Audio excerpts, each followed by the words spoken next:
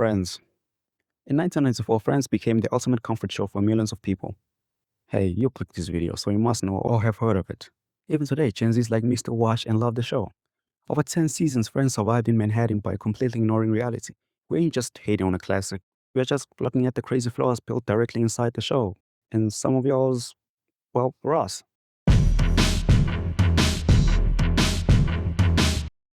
If you watch the opening credits, you see a vibrant New York City. But 1990s census data shows Manhattan's population was over 40% minority residents. I swear, y'all, I'm not a nerd. But as some Reddit users put it, it's a bit absurd that 6 people live in the middle of Manhattan for a decade and barely interacted with a person of color. These are some of the few split arguments. Yes, we got tiny background characters, but they existed as brief punchlines. It took 9 years until season 9 with Aisha Taylor's character, Charlie, for a person of color to get a prominent role in the show.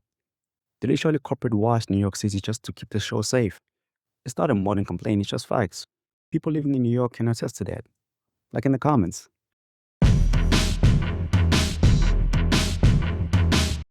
If there's one thing the writers loved more than a cliffhanger, it was using a fetch suit for a cheap laugh. Whenever the show flashes to the 80s, Monica's weight is the entire punchline. Ha ha, look at a fat person eating pastry. Ha ha, look at a fat person dance. Ha ha, look at President Monica being a chef since she used to be fat. Ain't that ironic? But the real problem is the underlying message. The entire narrative constantly reminds us that Monica's worth, confidence, and dating value unlocked after she lost the weight. That's not clever writing, man. It's just lazy body shaming disguised as 90s comfort food. Comfort food?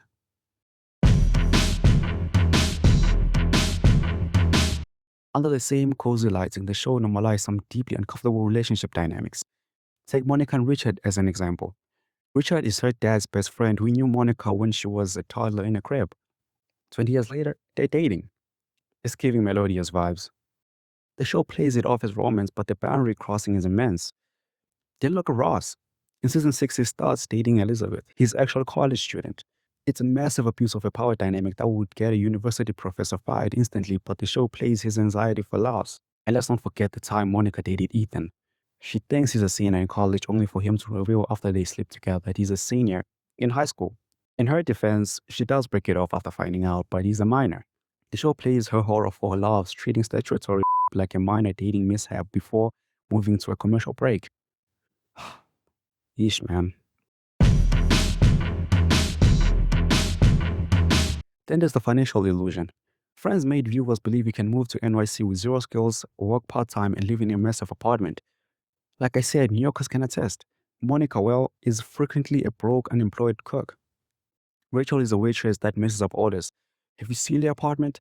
And Joe is a struggling actor who doesn't land a steady gig for years. How does he survive all those times when he had no gigs?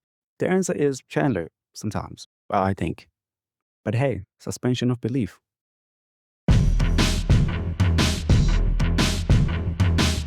Beyond all that, the show hid serious cultural toxicity under the safety net of his laugh track.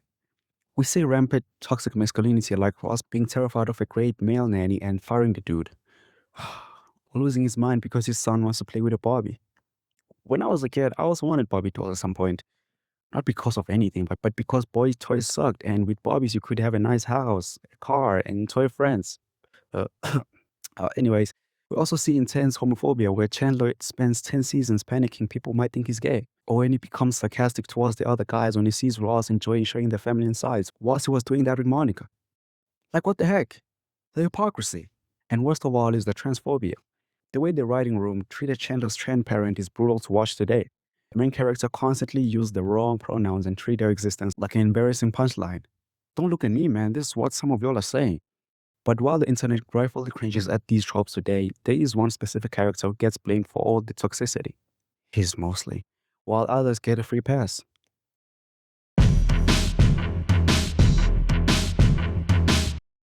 And that brings us to Ross Geller. The internet has endless essays detailing why Ross is a toxic, insecure maniac, but I'm going to stand 10 toes down on a take that might get me cancelled. The rest of the friends are also actually pricks. If you think Ross is the biggest one, then fine, but call out the other ones as well. You completely ignore the toxic traits of the rest of the characters while hyper-focusing on Ross. Take the infamous sandwich incident. The internet labels Ross a psycho for screaming at his boss, but look at the facts. Ross was surviving a brutal divorce and losing his apartment. His boss knowingly stole his sandwich, read the note, ate some, and threw most of it in the trash. And worst of all, smirked about it. Oh my goodness. This is like coming back from school and finding out someone ate your food because they knew it was yours. I bet he doesn't even like turkey. Anyways, that isn't Ross being a maniac. That is a man pushed to his absolute limit by a narcissistic boss. Anyone will lose their mind. Like someone said on Instagram, you know who you are. It's comedic gold, but looking back, it's a pretty dark depiction of a man having a literal workplace mental breakdown over a slice of gravy soaked bread. Ross's toxicity is clinical and obvious. The rest of the cast's toxicity was hidden in plain sight, protected by a charm factor Ross lost, especially after the "we were on a break" fiasco. We are watching a show about six absolute narcissists incapable of sustaining a relationship outside their core circle without sabotaging it. Taylor is a hypocrite and a mess of sexist jokes masked as sarcasm, and most of his jokes fall flat for me. Monica's life is defined by a severe narcissistic need to control everything. Joey is a selfish character who objectifies women but gets labeled a lovable dummy. Phoebe's pettiness is played off as quirky even when her actions actively hurt people. Rachel is completely manipulative and only wants Ross when he's happy with someone else. I could state Ross's, but I bet you already have some in your mind. The entire group was incapable of empathy for anyone outside the apartment block.